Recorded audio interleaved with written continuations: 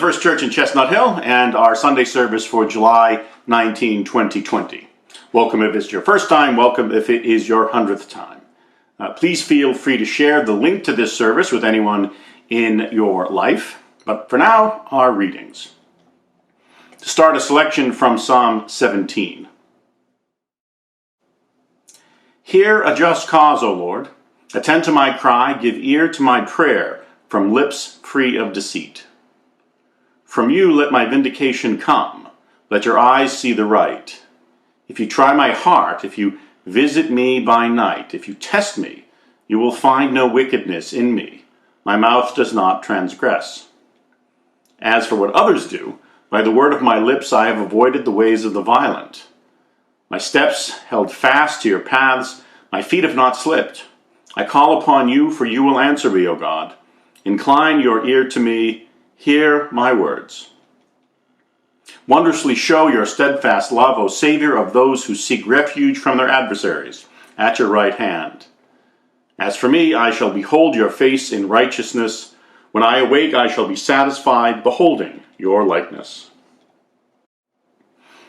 Our second reading is from the book of Genesis, chapter 32, verses 22 to 28.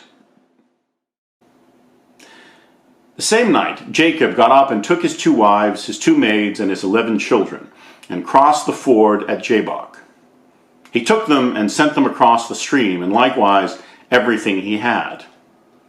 Jacob was left alone, and a man wrestled with him until daybreak. When the man saw that he did not prevail against Jacob, he struck him on the hip socket, and Jacob's hip was put out of joint as he wrestled with him. Then the man said, "Let me go, for the day is breaking." But Jacob said, "I will not let you go until you bless me." So he said to him, "What is your name?" And he said, "Jacob." And the man said, "You shall no longer be called Jacob, but Israel, for you have striven with God and with humans, and have prevailed." So ends the reading.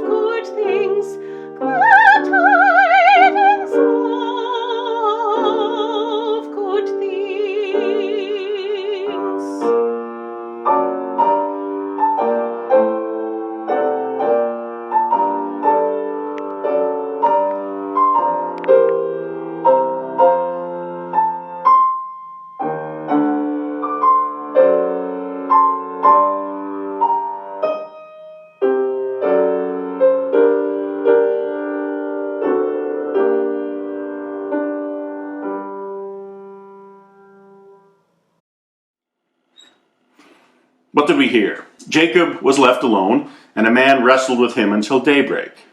That is a strange evening. Jacob alone and then wrestling with someone. The text is unclear in some ways. Was it a man? Was it really an angel? Was it even God? We know it was a grueling encounter, with Jacob being called Israel and then limping away from the struggle. And we can psychoanalyze the passage to death. We can dust off our Freud's interpretation of dreams and just delve right into the imagery. But on the face of it, Jacob is wrestling with God. He was traveling back from many years working for Laban, who was his father-in-law. Jacob was tending the flocks. He was running away, honestly, for he had maneuvered Laban into giving over a large portion of those flocks. Laban chased him, but he and Jacob would be reconciled. It does not hurt for Jacob having God on his side. Jacob is now returning to his homelands where his brother Esau still lives. Jacob notably had purchased the elder Esau's birthright for a bowl of lentils, and he has stolen his blessing from their father, the blind old Isaac. So Esau has every reason to be angry with Jacob, who had run away up to the north more than 20 years before. Now Jacob was moving from one dispute to another with Laban and now with Esau, and he was troubled. He sent presents south to Esau in the hope of calming his brother's anger, and then he sent ahead his whole family and his flocks while Jacob remained there by the riverside. Why does he do that? Perhaps it's to have time to consider his troubles, sitting by the river at night in the wilderness. Whether his struggle with God is to be taken as a literal wrestling match or as an image for his inner turmoil, Jacob is contending with what we might call the dark night of the soul. That exact phrase was coined by St. John of the Cross, a 16th century Catholic mystic and poet. But the idea of purging yourself of broken thoughts that are plaguing your mind, that's ancient. As old as Jesus praying in the Garden of Gethsemane, as old as the trials of Job, and as old as Jacob wrestling with God. Now this idea of struggling with God, it might seem absurd. How can we contend with God? Jacob seems to have had a true wrestling match, at least by the description. But in many ways, human beings wrestle with God all the time. When we ponder our lot in life, when we question the fairness of fate, when we pour out our frustrations into the universe, hoping that some comforting echo will return to greet us. The existential struggle to find meaning in the world is one way that we wrestle with God. But a word of advice in this struggle: make sure that you have the right wrestling partner. Sometimes people struggle with situations and ideas that fall far short of anything approaching the divine. We worry about the wrong things. That internal noise drowns out both meaningful issues more suited for those energies, as well as all the joys and wonders that we can find in this life. Jacob repeatedly has heavenly encounters, and he awakes in several cases delighted, renewed with energy. Wrestling with God is not only about our regrets, but it can be a doorway into deeper understanding. For example, let me tell you about a terrible problem that is facing humanity. There is a wild animal, one that is so dangerous that it is responsible for 500 people per year dying. More so than grizzly bears, more so than Bengal tigers. Now, what animal is this? The hippopotamus. Hippos are the most dangerous and aggressive land animal on the planet. They are very territorial. They are often quite cranky. Now, as a result of this perhaps revelatory knowledge, how do you feel? If you happen to be tuning in from Central Africa, you may still have cause for concern. But if you're sitting at home somewhere in northeastern United States, you might be relieved that that particular risk is in a far remote area geographically. If you're a zookeeper, you have my sympathies, but otherwise, it's not really a big deal in New England. Why get worked up? Well, I grew up in the 1970s. That time period involved the Vietnam War and related protests. It involved the Watergate scandals and stagflation and the energy crisis. And to be honest with you, I didn't know much about that. The only time I even heard about the energy crisis was when my parents complained about the price of gas. Otherwise, I was unaware of most of the moments of that turbulent time. Now also recall, during that time frame, the typical television set had a handful of channels, 3 major networks and a newly minted thing called public television. There were a few other local channels that ran the Three Stooges and Abbott and Costello movies. The TVs were large and bulky. You did not have one in every room. And cable television, well, that was in many locations a few years away. I know this because I helped install cable television lines throughout the city of Cambridge one very hot summer in 1986. In those lower technology days, we did not know as much as we do now. I could not type a few words on a keyboard and find out the number of hippopotamus attacks in the past year. We have access to vast amounts of information. And does it do us any good? Does it help us to be better people, more comfortable in our skin and in our lives? Does it help us wrestle with God? Does it help us wrestle with one another? I remember back when my daughter was young. She may have been 4 or 5. And we would be driving along the road and we would occasionally see something there in it. She could barely see because she was in the back in her booster seat. And she would ask me, "Daddy, what is that?" Now, as the driver, I could see it. Sometimes it was sadly an animal that had not made it across the road. So in response to her question, I would always say the same thing. It's a tire. A torn piece of tire like you see along the highway. And yes, what that means is I was lying to my little daughter. So why lie? Mostly it was to spare us both a very sad conversation about a squirrel or a raccoon dead in the road. But is that okay? Isn't that terrible? Isn't that dishonesty laced into the parent-child relationship? Well, yes and no. As an adult, seeing a poor dead animal on the side of the road, that would give me a little jolt of sadness, but I would move on quickly.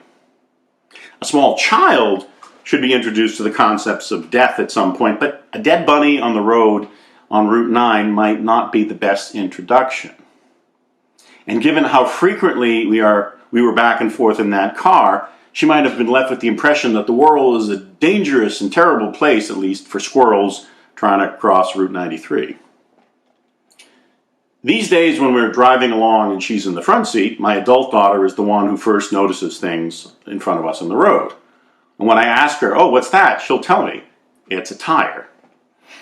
In time, she came to discover my little lies about death in the animal kingdom. And I'm fairly certain she's better off for it, or at least no worse off, for having a delayed conversation about that type of death. Now, as adults, we're completely ready to take in a huge flow of negative information without limit, right? Not always. Back when I was digging those trenches in Cambridge, it never would have occurred to me that those cables would have been used to supply 24-hour non-stop news from every corner of the world. Few did. And for some, that wide source of information is incredibly useful. And for many of us, it is not. What are we going to do with it? It can be overwhelming. It can be an impossible river for us to try and navigate. While I was writing this sermon, besides looking up the hippopotamus deaths, I looked online to see what was in the news. I read about an unresolved shooting. I read about a poor 10-year-old boy who was killed when he wandered into a construction site. Now, those are alarming developments. That shooting was in Miami, Florida, and the child was in Glasgow, Scotland. If you happen to be from Miami or from Glasgow, those events may be of great significance.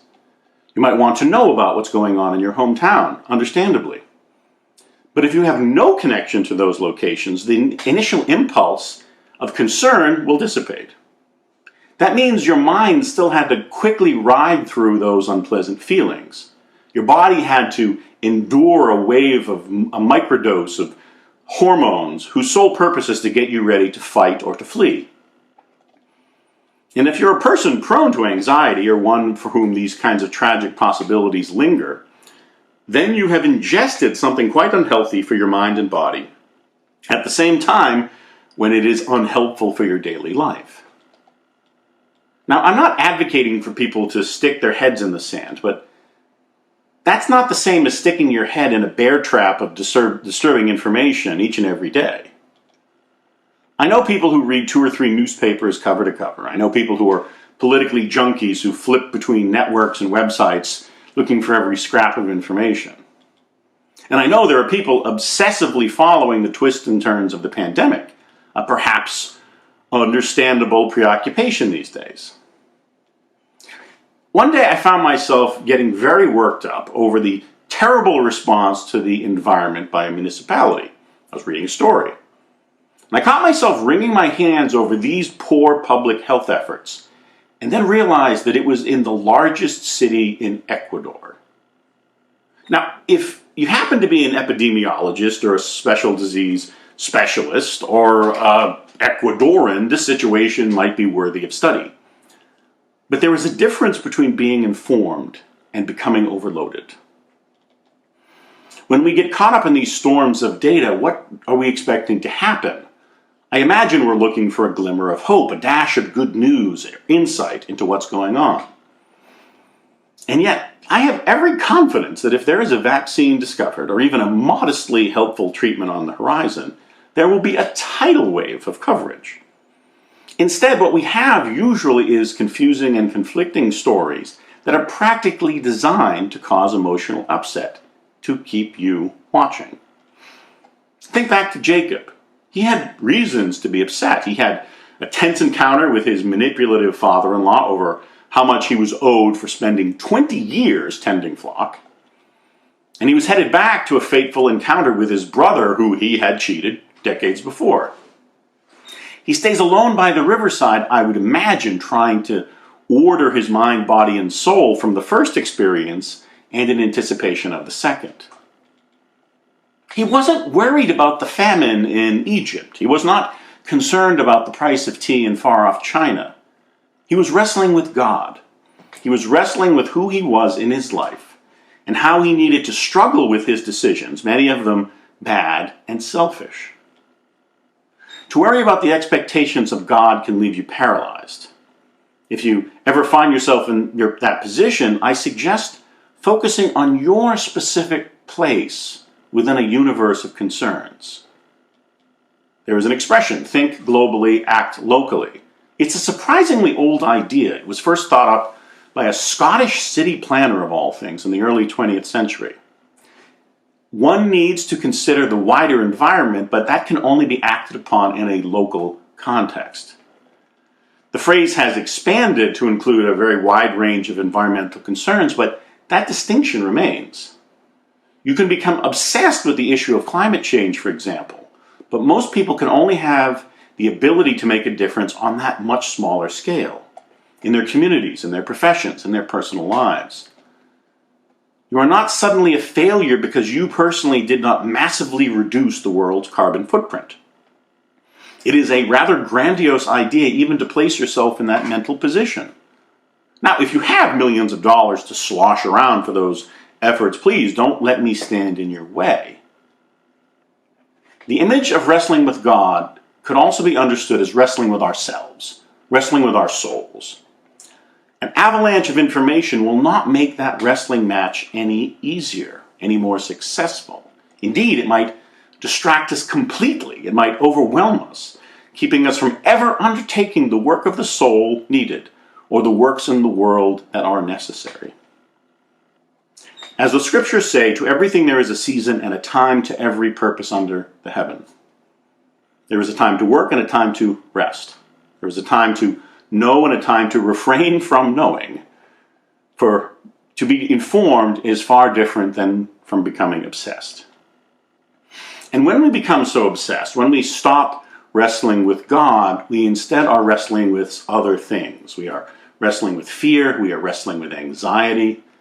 It may seem like we're trying to come to grips with something important, something crucial, but instead we're jumping at the shadows we imagine in the corners of our minds. And that's not God.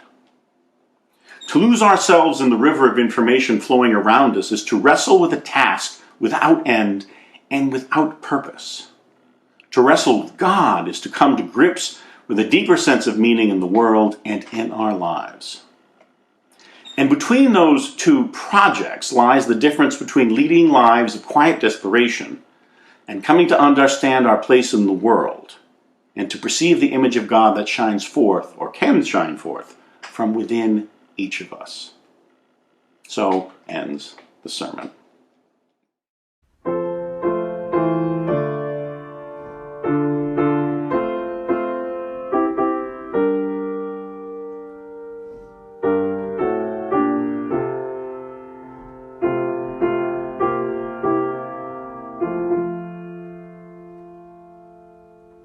We would be building temples still undone, or crumbling walls, their crosses scarcely lift, waiting till love can raise the broken stone, and hearts creative bridge the human rift. We would be building, Master, let thy plan reveal the life that God would give to man. Teach us to build upon the solid rock. We set the dream that hardens into deed, ribbed with the steel that time and change doth mock, the unfailing purpose of our noblest creed. Teach us to build, O Master, lend us sight to see the towers gleaming in the light. Oh, keep us building, Master, may our hands ne'er falter when the dream is in our hearts, when to our ears there come divine commands, and all the pride of sinful will departs. We build with thee, O grant enduring worth, until the heavenly kingdom comes on earth. Amen.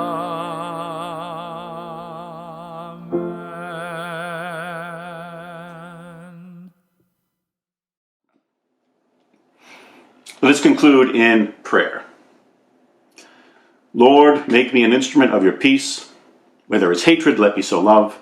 Where there is injury, pardon. Where there is doubt, faith. Where there is despair, hope. Where there is darkness, light. And where there is sadness, joy. O divine Master, grant that I may not so much seek to be consoled as to console, to be understood as to understand, to be loved as to love. For it is in giving that we receive, it is in pardoning that we are pardoned, and it is in dying that we are born to eternal life. Amen. Our service is ended. May our service to God and to one another never truly end. Be safe, be well, and God bless you all.